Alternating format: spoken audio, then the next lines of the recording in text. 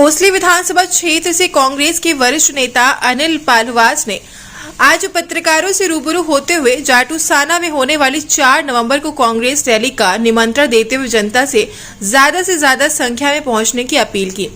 अनिल पालवास ने कहा कि भाजपा की देश व प्रदेश की सरकार से जनता तंग व परेशान हो चुकी है। हर वर्ग दुखी है, चाहे युवा वर्ग हो, व्यापारी वर्ग हो या किसान, हर क्षेत्र में भाजपा नाकाम हो चुकी है। देश और प्रदेश में अब कांग्रेस की लहर चल रही है और जनता कांग्रेस के समर्थन का मन बना चुकी है। अनिल पालवास ने कहा कि आने वाली 4 नवंबर की जाटूसाना रैली हरियाणा में एक इतिहास लिखेगी और कांग्रेस की जीत की नींव रखेगी। उन्होंने क्षेत्र की जनता से दीपेंद्र सिंह हुड्डा और कांग्रेस के समर्थन में सहयोग करने की अपील की।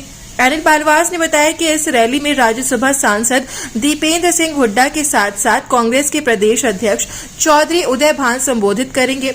अनिल पालवास आज अपने कार्यालय पर कार्यकर्ताओं के साथ प्रेस वार्ता को संबोधित कर रहे थे। भाजपा की विचारधाराओं में सेट नहीं हो सकता, इसलिए मैंने भाजपा को छोड़ दिया। जहाँ तक राहुल गांधी से ताल्लुक है, वो मेरे अपने पारिवारिक उनसे संबंध हैं और हैं। नहीं, क्या ऐसा नहीं था कि आपकी जो महत्वाकांक्षा थी चुनाव लड़ने की महत्वाकांक्षा, हर राजनीतिक आदमी की महत्वाकांक्षा चुनाव लड़ने की होती है, इसमें मैं कहाँ गलत? नहीं, वहाँ पूरी नहीं होता देखा आपने कांग्रेस ज्वाइन किया। ऐसा नहीं, मैं काम करने वाला आदमी हूँ और शायद हो सकता है मुझे बीजेपी टिकट दी, वो क्वेश्चन नहीं है। क्वेश्चन ये है अगर मैं बीजेपी की विचारधाराओं से खुश नहीं। अब यहाँ पे किस आश्वासन पे आप कांग्रेस में आए, क्योंकि आप कह रहे हैं कि टिकट तो स्वाभाविक है, आप भी लड़ना चाहते हैं, जो भी राजनीतिक व्यक्ति होता है, हर व्यक्ति टिकट ही मेरे को मिलेगी लड़ना चाहता है। इस वक्त अर्जुन की तरह मेरा एक ही मकसद है, अर्जुन का था भाई दीपेंद्र हुड्डा को कोसली विधानसभा में मजबूत करना। इसके लिए हमने पालावास में हमारा ऑफिस 24 आवर्स खुला रहता है 10 साल से, जहाँ पे समाज के लोगों की चाय पानी का आगमन हमेशा रहता है। ऐसे ही हमने जाटूसाना स्टेशन के सामने सरपंच साहब बैठे, इन्होंने तैयार कराया है, हमने तैयार कराया मिलकर इनके साथ, जो उस दिन से कांग्रेस पार्टी के हवाले कर देंगे और वो 24 आवर्स खुला रहेगा। कोई भी सवारी स्टेशन पर रात नहीं गुजारेगी, 24 घंटे वह चाय पानी और खाने का इंतजाम रहेगा। कोई सवारी स्टेशन पर लेट होगी, गाड़ी से घर छोड़ के आएगी।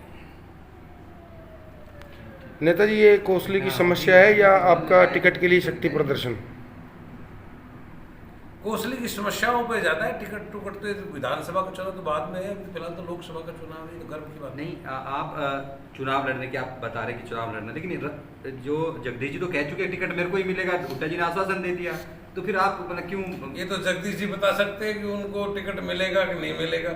ये तो वक्त बताएगा किसको टिकट मिलेगा। आने वाला टिकट की राह तो बहुत लंबी है। अब आप कितने आश्वस्त हैं टिकट को लेकर? आपकी कोई आश्वासन? मेरा आज सिर्फ एक मकसद है, भाई दीपेंद्र को मजबूत करना।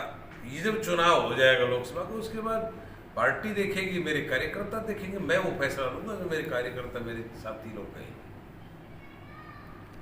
नेताजी, एक बार आपने कहा भी था कि जगदीश ने कोसली की जनता के साथ धोखा किया है। बात है कि उन्होंने 35-1 में शामिल होना था। मैं तो भाजपा में था, तभी 35-1 में शामिल नहीं हुआ, तो हुए थे। तो अब तो कांग्रेस में आ गए, तो गलतियाँ तो हमने खत्म हो गई, तो परिवार कैसे हो गए। लक्ष्मण जी तो खूब कह रहे विकास कार्य 66 सड़कें बनवा दी, तमाम तरह की विधानसभा में आवाज उठाते हैं। आप कह रहे हैं आप रेवाड़ी से 17 किलोमीटर चल के आए, आपकी समझ में मेरे ज्यादा आ रहा होगा। सड़क में गड्ढे नहीं, गड्ढों में सड़क है। और मैं आज बता दूं आपको, वो लेटर भी मैं आपको दे सकता हूँ। 2018 25 सितंबर को पालावास में हमने रैली करी थी, राव इंद्र जी जिसके माननीय अध्यक्ष। तो उस दिन हमने मांग की थी कि भाई हमारी जो बच्चियां हैं बांस से, रतनथल से, कतौपरी से जो कॉलेज में गुरावड़ा पढ़ने आती है, उनके जो लिंक रास्ते हैं हमारे कच्चे, बड़ी तकलीफ होती है, 10 किलोमीटर पैदल जाना पड़ता है। तो सीएम साहब को वो लेटर लिखा गया था, राव इंद्र जी ने लिखा था, और मेरे को भी दिया था, राव इंद्र मेरी पंचायत को भी दिया था। और कई दफ़ा सीएम साहब से और नेताओं से इनके मैंने बात की, अब इन रस्तों को बनाया जाए, लेकिन आज तक उनके वो कहते हैं बेटी बचाओ बेटी पढ़ाओ।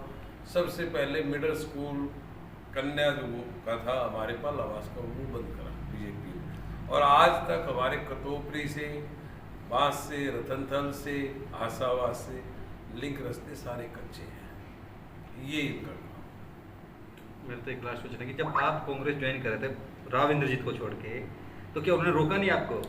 देखिए, आज डेमोक्रेसी प्रजातंत्र है, तो राव साहब को बहुत चिंता, वो मुझे क्यों रोकेंगे?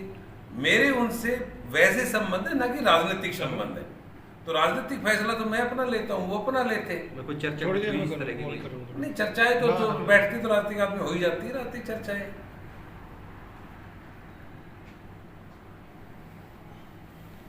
क्या मकसद है कार्यक्रम, क्यों जरूरत आन पड़ी अब रैली करने की? रैली करने की जरूरत तो, जहाँ तक रैली का सवाल है, हमारे बड़े भाई साहब कांग्रेस ज्वाइन कर चुके हैं, तो हम कभी से इनके साथ हैं कई वर्षों से। और दूसरा, दीपेंद्र हुड्डा जी की विचारधारा से बहुत प्रभावित हूँ मैं। उनका आज तक ये सच्चाई है कि हिंदुस्तान में जितने भी नेता हैं, उन जैसा सौम्य स्वभाव किसी का नहीं। उनके पर्सनल जो व्यक्तित्व है उसका मैं बहुत बड़ा फैन हूँ, और मैं खुल के दीपेंद्र हुड्डा जी के समर्थन में हूँ। अब की बार मन में हमारे लिए टीस थी कि पिछली बार इतने अच्छे इंसान और कौशल से 75,000 वोटों से हार गए थे। अब की बार मेहनत कर रहे हैं और 75,000 वोटों से जिताएंगे कौशली से। तो हम दीपेंद्र हुड्डा जी के जीत के लिए समर्पित है, और उनकी जीत में कुछ छोटा सा योगदान देने के लिए हम अपने गाँव में प्रोग्राम कर रहे हैं, ताकि कुछ हमारे से छोटी मोटी मदद हो जाए। सर, 50 क्वेश्चन है कि आपकी की बात में 50 से अधिक ऐसी पंचायत हैं जो कि ग्रांट नहीं लगा रही, कि जीत के आए थे कि गांव का विकास कराएंगे, लेकिन एक पार्टी बाजी में फंस के आप लोग कहीं ना कहीं विकास से वंचित नहीं कर रहे हैं क्या? आपका सवाल सही है, और इस बात को मैं भी महसूस करता हूँ।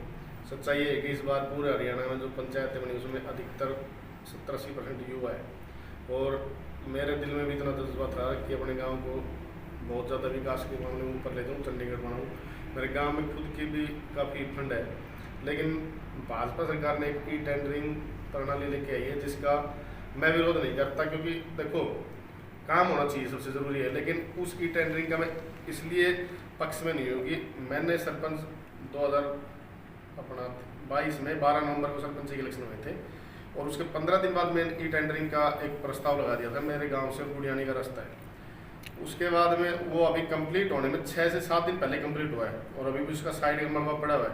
1 साल में ई टेंडरिंग से एक रास्ता बनता है 5 साल में क्या काम कर लूँ? गाँव वाले गालियाँ देते हैं। और उसी दौरान मैंने एक अपने जैसे गाँव की जो फिरनी होती है, फिरनी का भी टेंडर लगाया था, लेकिन वो अब काम नहीं हो रहा। इन्होंने ये कर दिया कि फिरनी भी सरपंच नहीं बना सकता, तो हमारे अधिकार खत्म कर दिए। हमारी मजबूरी है, गाँव वालों की गाली सुनते हैं बस, बाकी कुछ नहीं, काम तो कर नहीं सकते।